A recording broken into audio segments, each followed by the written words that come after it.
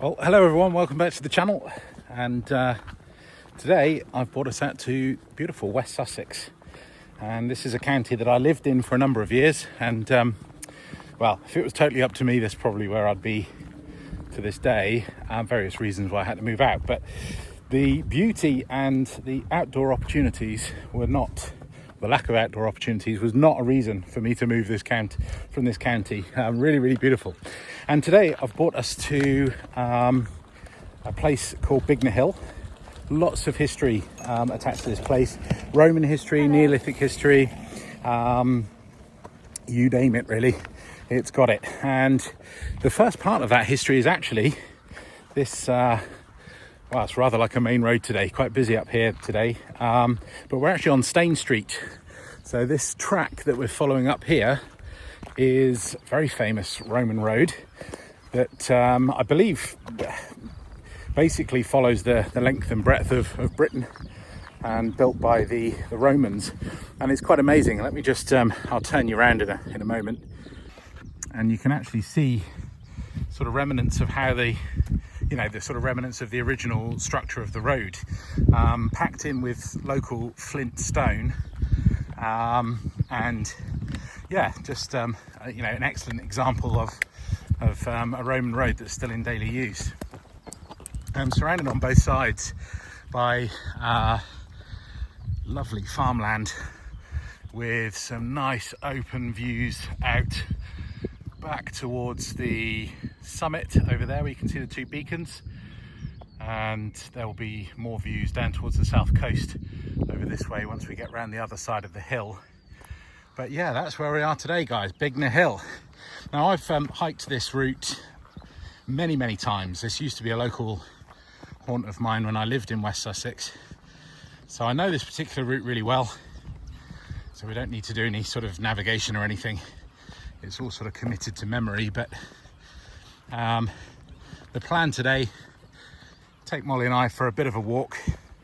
There she is down there doing her thing, still on the lead at the moment because we've got cyclists and there's lots of walkers and runners around, and she does like to join in the fun occasionally. So yeah, we're gonna have a bit of a walk. The route's about 4.5 kilometers. She's just doing the business. And then we're going to stop, find somewhere quiet in the woods. We're going to go through a small forested section, and we'll probably find somewhere to hole up for a minute and have a cup of coffee. I brought some coffee with me. She's on a mission. She keeps stopping. Come on, you. To drag you on a little bit. So yeah, come along and let's see how we get on.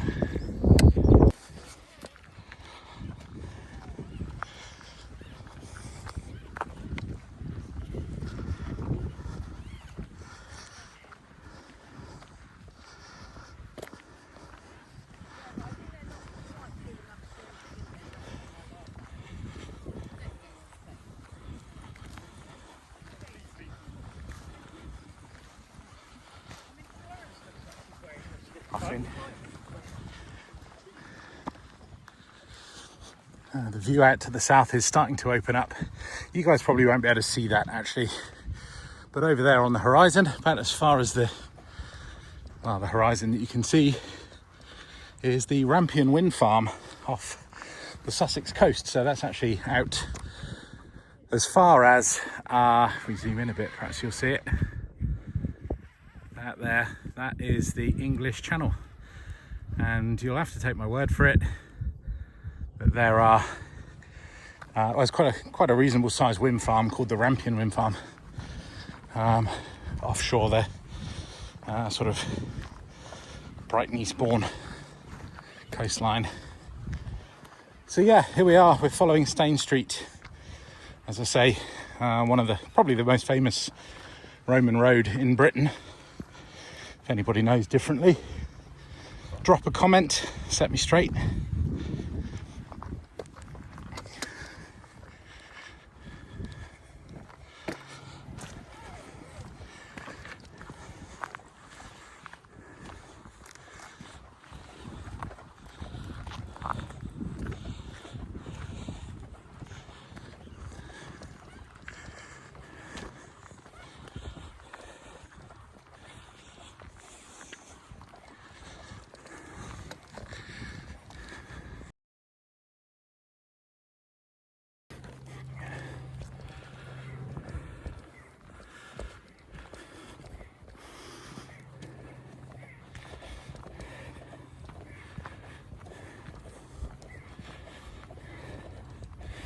This walk, as opposed to Creechwood that we did in the last episode, is a bit hillier. So apologies in advance. I'm actually going to be blowing a little bit more than I was in the last video.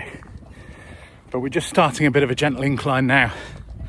It's really not too bad. Probably about 250 meters ahead on a bit of a gentle incline. But the weight I'm currently at, anytime the land starts coming up, my heart rate rises pretty quickly. So I'll probably try and stop talking in a moment and just crack on with this hill.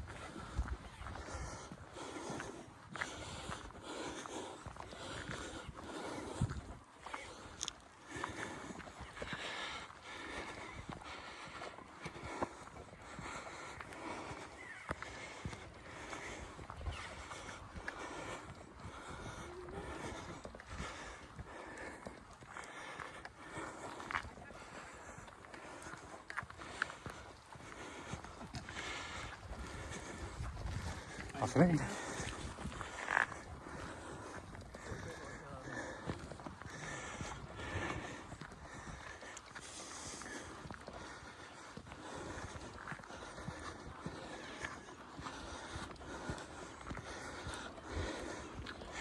If there are any established YouTubers out there that can let me know how long it might take for me to feel comfortable filming around other people, let me know. I don't think it's too bad for me because, as a marketer, I've actually done quite a lot of filming of people and places, trade shows, corporate events and things. So I've done a bit of filming there.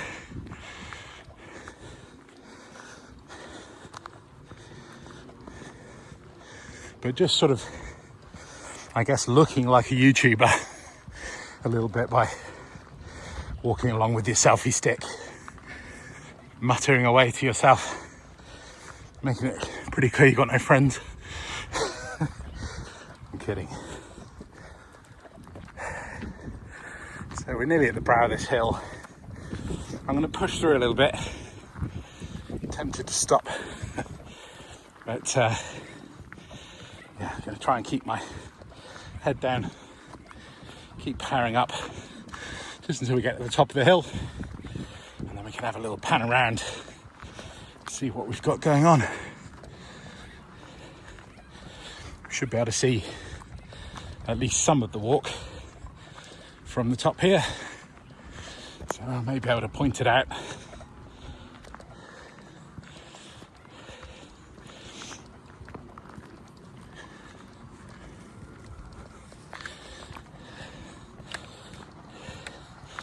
Some e-bikes coming.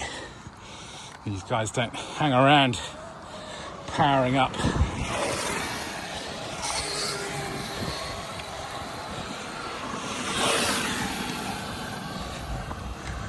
There they go. Just a family out. What a great way to enjoy the countryside. And the thing about e-bikes, I know they can be a bit problematic in certain circumstances, but they are so much quieter than two-stroke and four-stroke trials bikes, which I think for everybody else, that is a bonus, that those guys can enjoy the countryside along with the walkers, the dog walkers, the cyclists, the runners, and we you know, we can put sort of minimal impact on each other, as it were. So here we are, we're at the top of the hill. This isn't the summit of Bignor, which, as I say, I believe is over there with where the masts are. But this gives us a pretty good idea what we're looking at. The woodland in the far distance is where we're going next. We'll be hooking around this wheat field and then down into that thicket, that forest down there, the woodland. And as I say, beyond that you can see the English Channel, Rampion Wind Farm, and actually all the way out in that direction, that lump of land there in the very far distance is, I believe, Culver Cliff on the Isle of Wight. So we're actually looking, well, I think a lot of the islanders would say we're looking at foreign lands over there, not mainland Britain, but yeah, the Isle of Wight. And just off that you can see some ships out in the anchorage. So that's the Nab anchorage out there, very famous, the Nab Tower. Again, seafaring references. If you've been into the Solent and you've sailed past the Nab Tower, drop me a like, drop me a subscribe, let me know in the comments. It would be great to get some seafarers on the channel following along. So yeah, and you can see now out to the northwest now, the view is really starting to open out at the top of the hill. So this is looking over the very steep road that we took to get up to the tumulus where we've parked. But yeah, that's a pretty good view straight ahead. The camera won't capture it. Oops, while you're pulling me over. Yeah, the lump of land there, that is the South Downs. So this side, you're looking at the sea. You've got the South Downs running along the south coast basically, and then you've got the flatter lands on the landward side. So we're looking off now out, well, in the very far distance towards East Sussex, and round to the left over in that direction is Surrey, and beyond that, way beyond that, is the City of London. Here we're probably,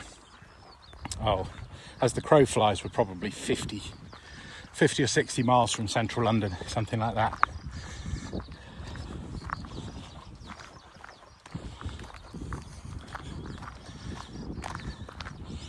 So we're just about to pass our first historic landmark on this little walk we're doing. And this one is by far and away not the oldest thing that we're going to look at. But this is called Tobys Stone, and I don't know if you can see marked there on the stone the name Toby, 1888 to 1955. Zoom in a little bit, and it says, "Here lies where he longed to be. Home is the sailor, home from the sea, and the hunter, home from the hill." And there's some other names down there which I think are probably family related. I'll put some more information on the screen now, which will explain a little bit more about Tobys Stone and who he was. I didn't used to know his full name. And there's a sign to really let you know where we are. So we're on the Slindon estate. Bignor Hill is part of the Slindon estate. Very, very large, historically important. One of Britain's sort of classic estates that is now in the hands of the National Trust, like so many of them are. I don't know what you guys think. I think the National Trust does an extremely good job at preserving British heritage. They're a huge organisation. I mean, they've got to be one of the, if not the biggest property owners, certainly in terms of value, maybe, perhaps second only to the Crown, I guess. But I think they do a good job. And I think if it wasn't for the National Trust, you know, a lot of these estates would potentially end up in the hands of developers, in the hands of people who are, I guess, well, they don't have quite so long of a view in terms of what's best to do with the landscape and with the environment, the country that we all have to live in. So at least the National Trust sort of preserves a bit of history, and not all that history, to be fair, is like something to be proud of necessarily. A lot of it is, but some of it definitely not. But even that history that's not so proud, it's best to potentially tell those stories, frame them in the right way, and of course learn from them. Try not to make the same mistakes. In the last episode we were looking at a lot of Second World War stuff in Creechwood. These landmarks serve as an important reminder of the sort of realities of war, really. I mean, that beautiful peaceful woodland now that Molly and I had a lovely walk around in the last episode, back in the 1940s would have been a very, very different place, and probably almost certainly the men that were stationed there, be it Allied troops, I think mainly British and Canadian, or the German soldiers that were then imprisoned there for the remainder of the war after the Normandy invasion. I'm sure none of those men would have quite the same fond sort of memories, and probably wouldn't have perceived it as the same sort of peaceful place. So yeah, I think, let me know what you think.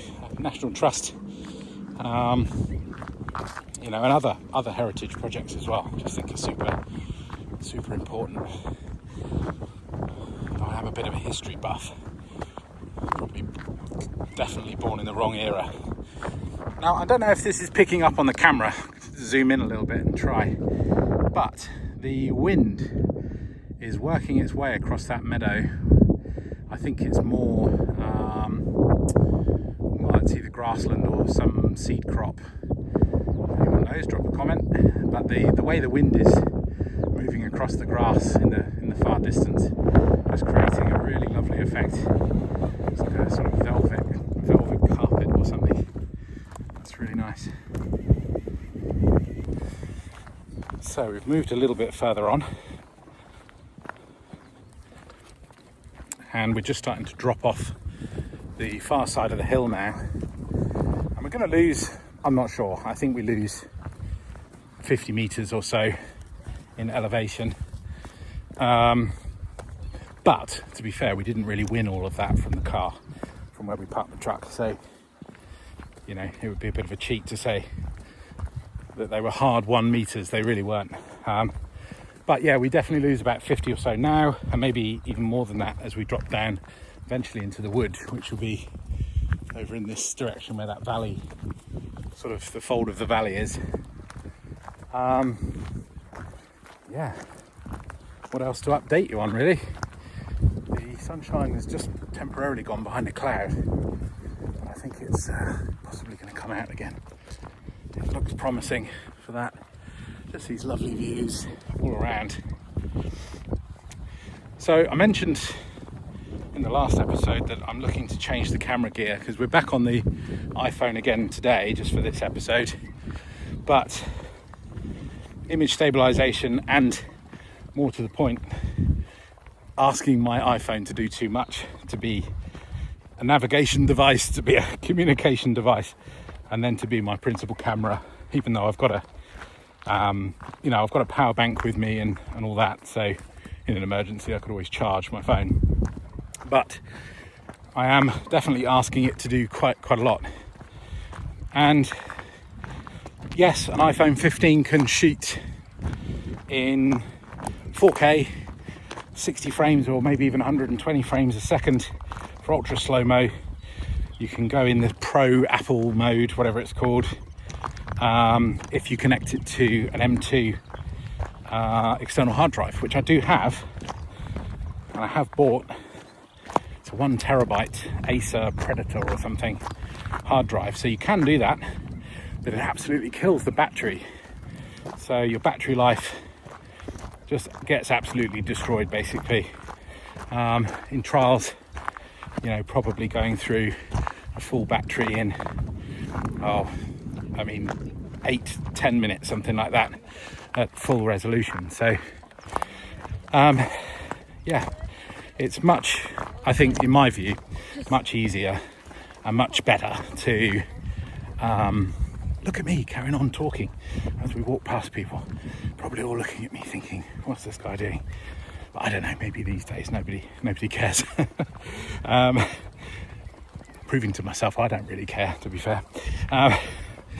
So yeah, just for all hosts of reasons, I've realised that going for the iPhone as the number one tool for filming is probably not the way to go. So DJI action cameras, maybe a 5 if I can stretch the money, but the 4s are a little bit cheaper at the moment, and from what I can see, pretty much the same.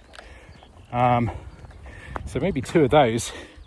You can get them with a mount to mount them to my rucksack strap, and they're pretty lightweight. You still get the full 4K experience, but it's a dedicated device. So to me, that seems like a sensible way to go.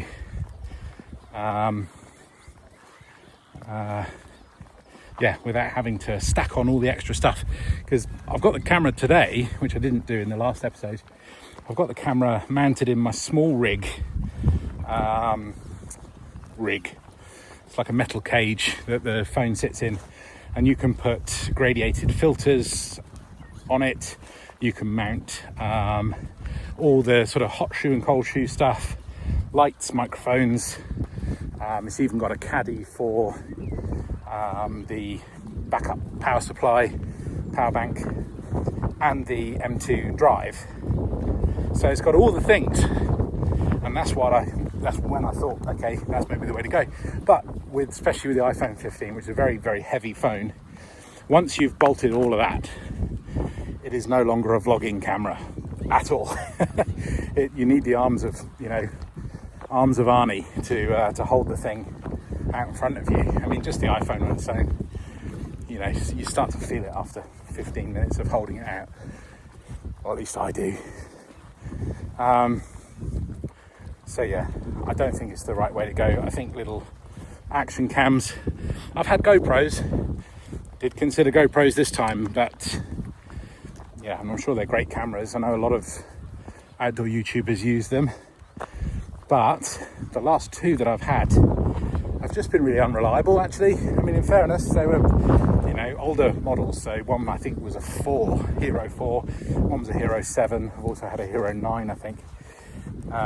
But the last couple, the 7 and the 9, just had loads of problems. The first one was totally my fault. I destroyed that in Antarctica. I feel like I'm name dropping a little bit, but it's a true story. I was using it to film first day that I'd had it shipped down. I'd waited 5 months or something for it. Oh, Molly's found her stick for the walk, although she's scraping the barrel there, that's too big. No, she's decided to leave it.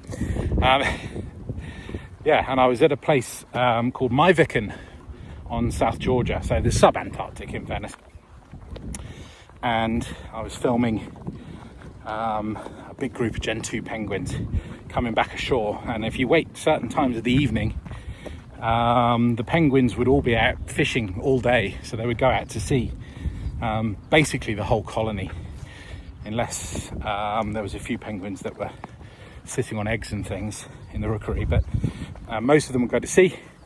And as they came back, I wanted to get the shot of all of them bursting out of the water, big explosion of penguins onto the beach, and I managed to film it. It was perfect. I set the thing up on the beach. The penguins all jumped out at exactly the right spot and completely soaked the camera, which I thought was fine, but then I realized I hadn't actually fitted the waterproof back to the camera, and so yeah, the seawater completely destroyed it on the first trip out after waiting 5 months. That was back in 2010, I think. GoPro were excellent. They were so interested in the story, and I actually managed to send them proof that I wasn't making it up. They were so impressed, they sent me down a replacement camera for free. So props to GoPro. But like I say, in the years since then, Last two I had were just a bit unreliable. They kept having card issues, and one just kept, every now and then would just reformat the card and just wipe it for seemingly no reason. So yeah, this time I thought I would go and look at the DJI stuff. Okay, so I'm just going to turn the camera around again, because this opens out now onto the next phase of this walk. So we've hooked around the seed crops, or grass crops, I'm not 100% sure what they were, but it puts us into this field, and occasionally you see there is a pathway in front of us, which is a right of way, but occasionally this is actually an active field. So I've seen corn quite a lot in these fields, so sometimes you can, you know, it really is something out of a horror movie. You're sort of wading through maize that's or corn that's, I don't know, 8 foot high or something. But today looks like it's, well, been left to rest after the last grass crop was taken by the looks of it. So yeah, we're just going to follow this track down. In fact, it's quite quiet at the moment, so I'm going to let Molly off. Wait a sec. Tweet, tweet. There we go, she can have a little run. Off she goes.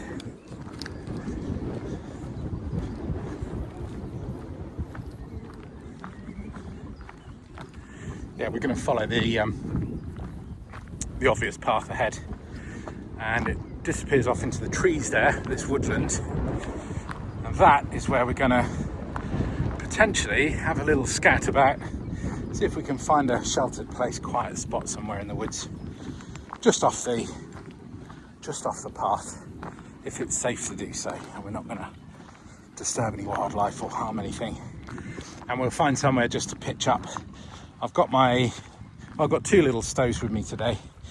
I usually just carry, when I've got the backpack with me, it's pretty much permanently packed. I've got a little brew kit, and so today I've just got myself a very quick and easy Costa cappuccino powder sachet, and my little Stone Peak titanium cook pot thing, very lightweight. Bit of a joke really, isn't it? It saved a few grams on the titanium cook set when I'm carrying 10 extra stone around with me on my back.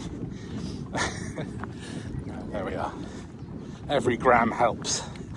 So yeah, that's what we're going to do next. By the way, I'm sorry if all you can hear is wind noise. Another downside of the current setup, the way it is with the camera, is that I don't really have any way of muffling the sound of the wind noise. So hopefully a DJI mic with a little dead cat, little fluffy thing that you stick on the end will also sort our sound out a little bit for these windier days. Right, I'll catch up with you in the woods when we've spotted somewhere to set up our temporary camp to have a brew. All right, see you in a sec. So here we are, guys. We're just off the main trail.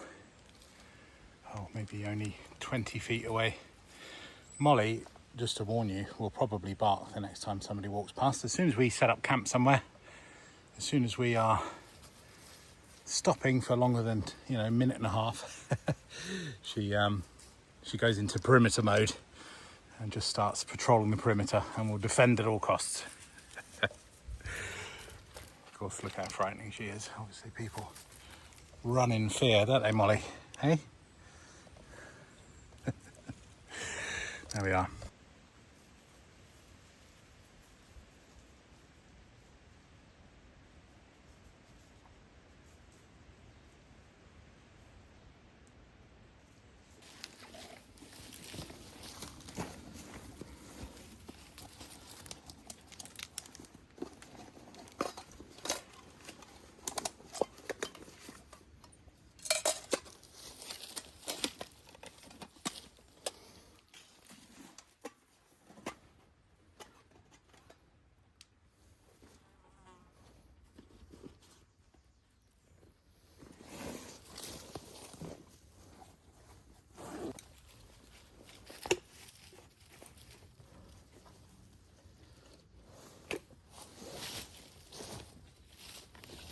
brew out in the wilds.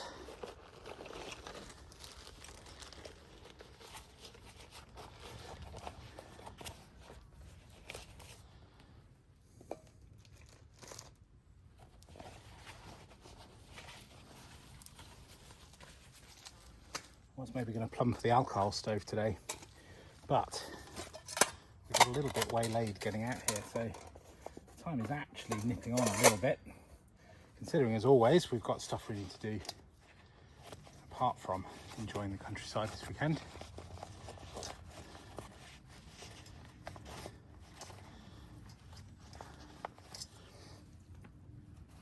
So if I can get it out, what I have with me today is my little MSR stove. I'll put a link in the description box if you would like to purchase one of these. However, I'm not sure I'd necessarily recommend it, and I'll tell you why. Because in my humble opinion, and I'm pretty certain about this stove is actually an adaptation made, I think, by the Soto factory on behalf of MSR, and it is essentially a Soto Windmaster. The only difference is the burner control. I think the carburettor is slightly different design on this one, and the arms, rather than the Windmaster, has the detachable big fold out arms that are excellent. This does away with that, and then they powder coated it black as well, which looks really cool. But my problem with it, now I love MSR gear, but my problem with this stove is that in my view it isn't as good as the Windmaster. So they've taken a design that they obviously appreciated as much as I do from Soto. They said to Soto, we would like to have you manufacture this on our behalf, and we'd want to make it our own, so could you make some changes? And then the changes they made, I think, have made it slightly worse in my view. Maybe you think differently, and you'd be entitled to think that, absolutely, but in my view that MSR stove not quite as good. Oops.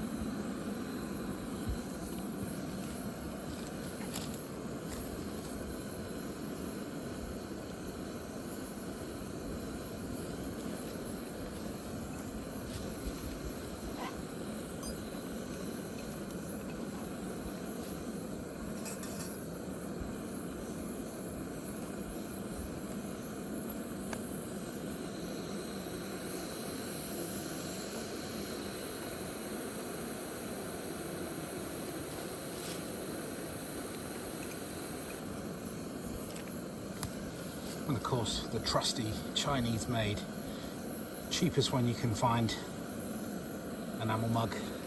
This one's been with me 20 years and it's not bad condition. I've seen many worse, and they're just bulletproof. They're very lightweight, and honestly I struggle to see that you need anything else for brewing up outdoors. The only thing they're not very good at is heat insulation. So in fairness, you know, when the liquid is hot inside, you know, you've got to use the handle because the body of the mug gets really, really hot. And likewise, if you're trying to keep your brew hot for longer than about 3.5 minutes, they bleed heat quite dramatically.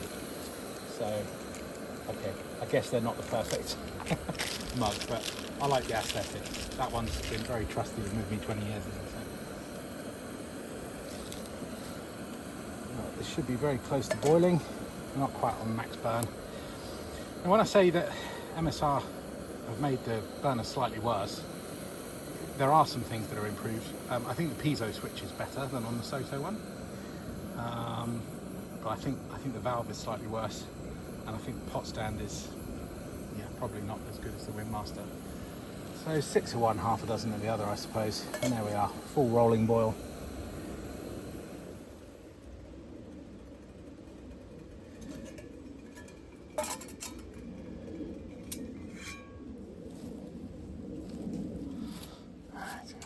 To doing this type of stuff on camera.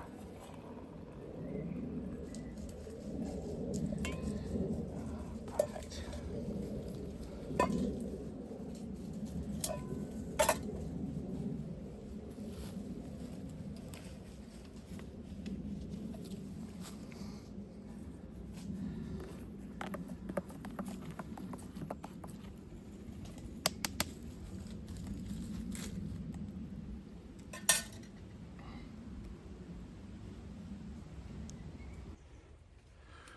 Cheers.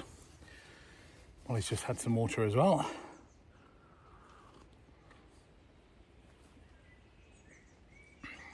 And for instant coffee, it's really not bad. I do sometimes make the effort to bring I've got a little Bialetti, I think they call it a 3 cup, I think. Makes one good cup of coffee that isn't espresso sized miniature thing. Sometimes I make the effort to bring that because it makes really, really good coffee from proper grounds and everything. But I'm not so much for coffee snob. Today was just more about getting out, doing a few kilometres, burning some calories, exercising the dog, seeing some parts of the countryside and, interesting bits of heritage again. And so all that was called for today was just a Costa cappuccino in powder form.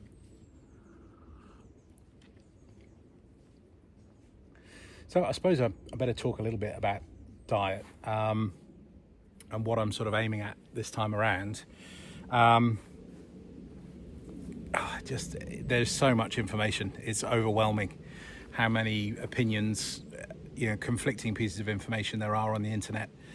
There are really, there's so many credible sources that will tell you, for example, that ketogenic diet is 100% the way to go. There's hundreds of credible sources that say keto comes with other problems around, whatever. I don't want to continue on the rumour mill, but there's just, things balanced on either side. Same with every other diet. I mean, back in the day, it was things like the Atkins diet, where, you were just eating bacon grease out of the pan every day. And, every other diet in between. The overriding wisdom seems to be that whatever diet you're on, probably on balance, the best way to go is a varied diet that is calorie controlled. I mean, however you manage it, whether it's intermittent fasting, keto, or just straight up, controlling your calories. It's just an algorithmic, less calories in, more calories out. Get yourself in a deficit, and the idea is that your body will start using its current reserves. And that's broadly where I'm going this time. I'm trying not to be too restrictive, just trying to be mindful of what I'm eating. I'm cutting out all of the chocolate, crisps, general, crap has gone. And I'm trying to cut down a little bit on carbohydrates as well. I mean, quite simply, yes, you need carbohydrates, but obviously carbohydrates get turned into sugars or fats depending on how they're being used at the time. And the idea is I've got enough carbohydrate on board in terms of the fat that I'm already carrying. So meat, fish, eggs, vegetables and fruit, that's what I'm trying to stick to around that, trying to get carbohydrates from good quality sources, vegetables, things like that, sweet potatoes and things as well. But trying to cut out certainly things like bread, pasta, etc., just on the day-to-day. I don't want to be too restrictive, don't want to do too much in one go and then for it to be sort of unsustainable. But I've certainly listened to my body over time, and the times when I restrict my carb intake, up my protein intake as well, And you know, also things like skipping breakfast just makes me feel better. I just feel better, I feel healthier, I feel more energetic. So listening to my body, I think what it wants is a lower carb, higher protein, good varied diet. And I mean, today, for example, we're now into the early afternoon. I've not eaten anything all day. I feel absolutely fine. I feel great. If I'd have started the day with a big breakfast, even if it was a healthy breakfast, if I'd have started the day eating something, by now I would be, I'd probably be feeling a bit more tired and a bit more lethargic. It just seems to be the way that my body wants to do things. So yeah, that's broadly the plan, guys. The plan is that I don't really have a plan other than, you know, I think we all just have a good idea of what we should be eating, and more to the point, what we shouldn't.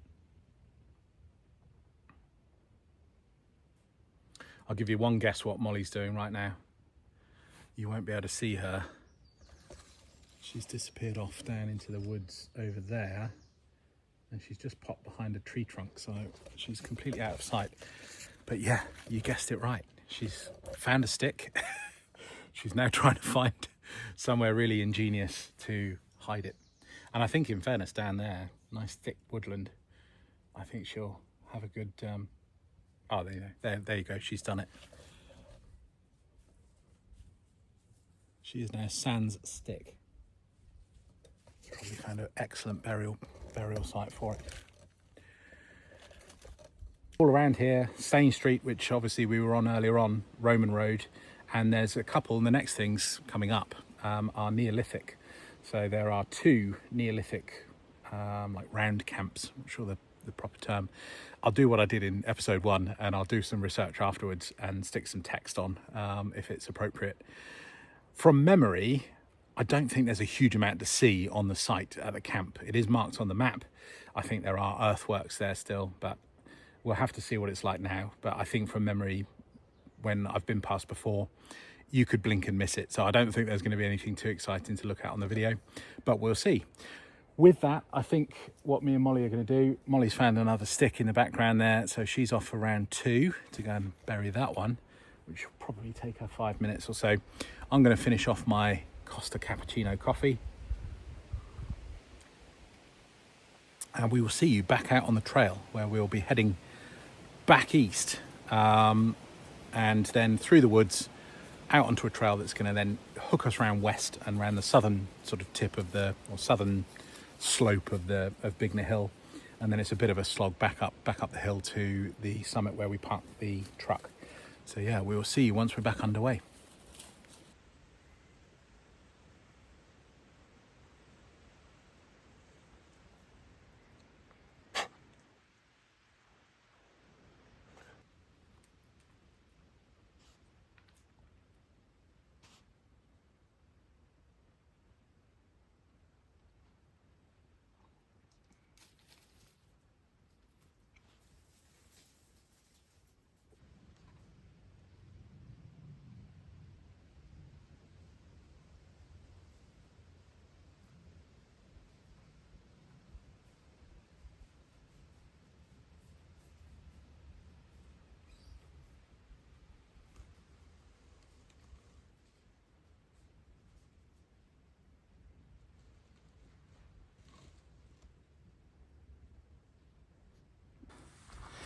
And there we go, guys, back out on the trail.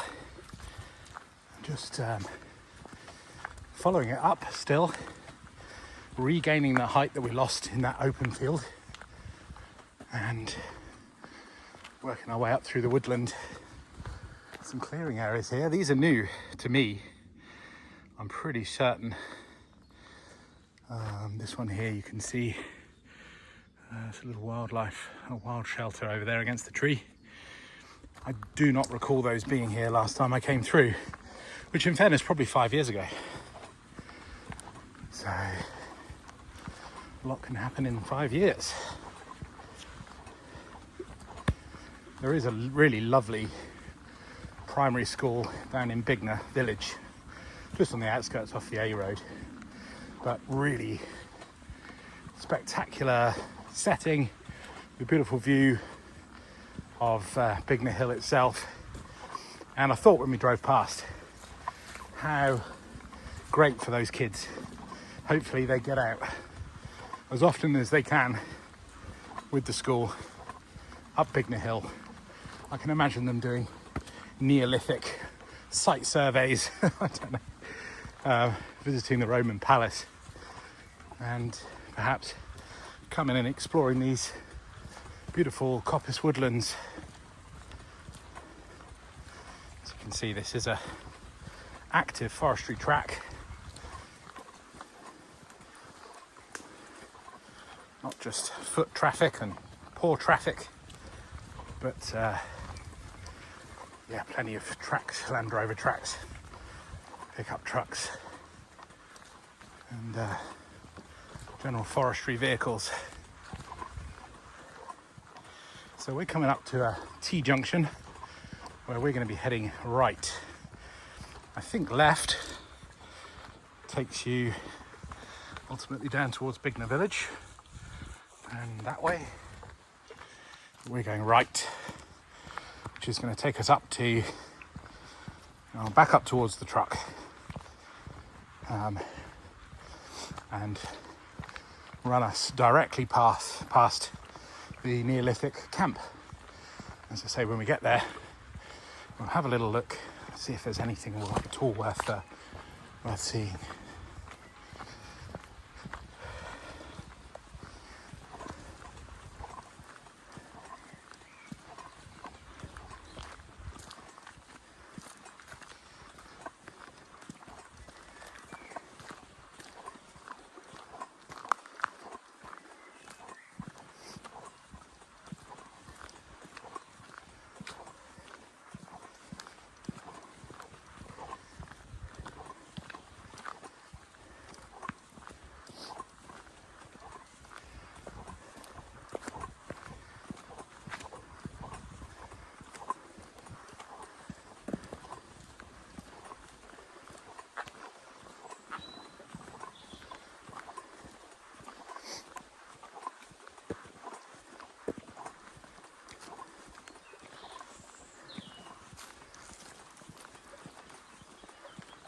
You know, it is when you're walking along these fields like this, especially in areas like this, it's sometimes worth scanning the edge of the field just alongside the footpath here for bits of worked flint and potentially other finds as well. You never know what you might find these little field edges.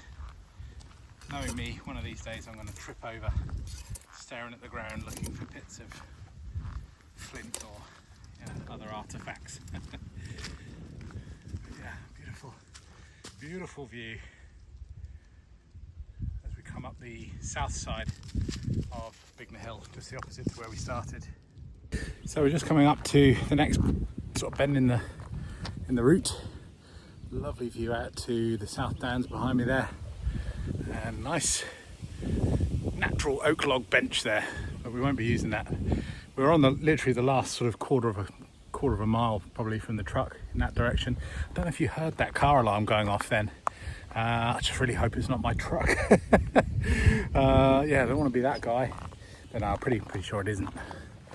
But one of the problems definitely with iPhone is that just a minute ago had a notification on the phone, it stopped recording, run out of memory, so I've just had to offload a load of apps. Some of them temporarily, probably have to come back at some stage. But yeah, just another downside to using your iPhone for everything. Yes, you can store it on an M2 drive, but as I said earlier, you've got to then strap that drive to the phone somewhere. Just increases the weight, and yeah, just causes more hassle than it's worth, in my opinion. Anyway, so yeah, just this climb up. I don't think we're going to see much of this Neolithic camp, if I'm being completely honest, but I'll check back in with you in a moment just to see if there's anything there, and then we'll be very shortly back to the truck at the end of another hike. Stand by.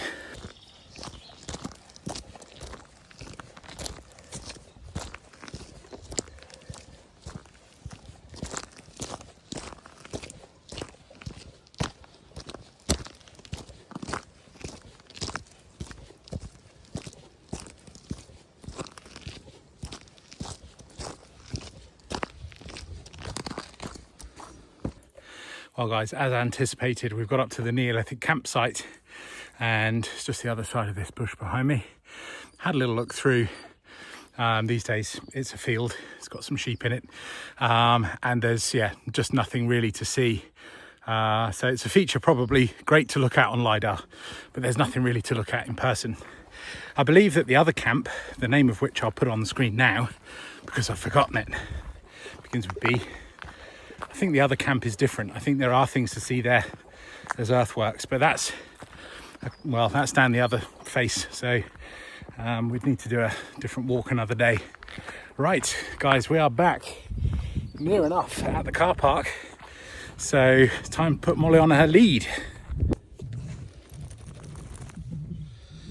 Okay, lead the way. So yeah, back up to the top where we started. Over there, that line going up the hillside there is Stane Street again. That's where we started. And yeah, there's a small area up here where you can park. And we'll just show you this way, right where that Range Rover's just passed. There's some signs. Bignor, Novio Magus. Yeah, I didn't see anything there. Thank you so much. That's the Roman for Chichester, and Londinium, which my guess is what that was Roman for. But here we are, guys. Back at Lara. He's been waiting patiently for us to get back. Well guys, that's the end of episode 2, and that was Bignor Hill. Shame we didn't get to see much at the site of the Neolithic camp, but I think that is quite often the way with a lot of archaeology. I mean, you know, we're talking 3,500 years old or something, that site. So, you know, plenty of time for the soil to build up around. Molly is back in our bed in the back, getting ready for a bit of a rest on the way home.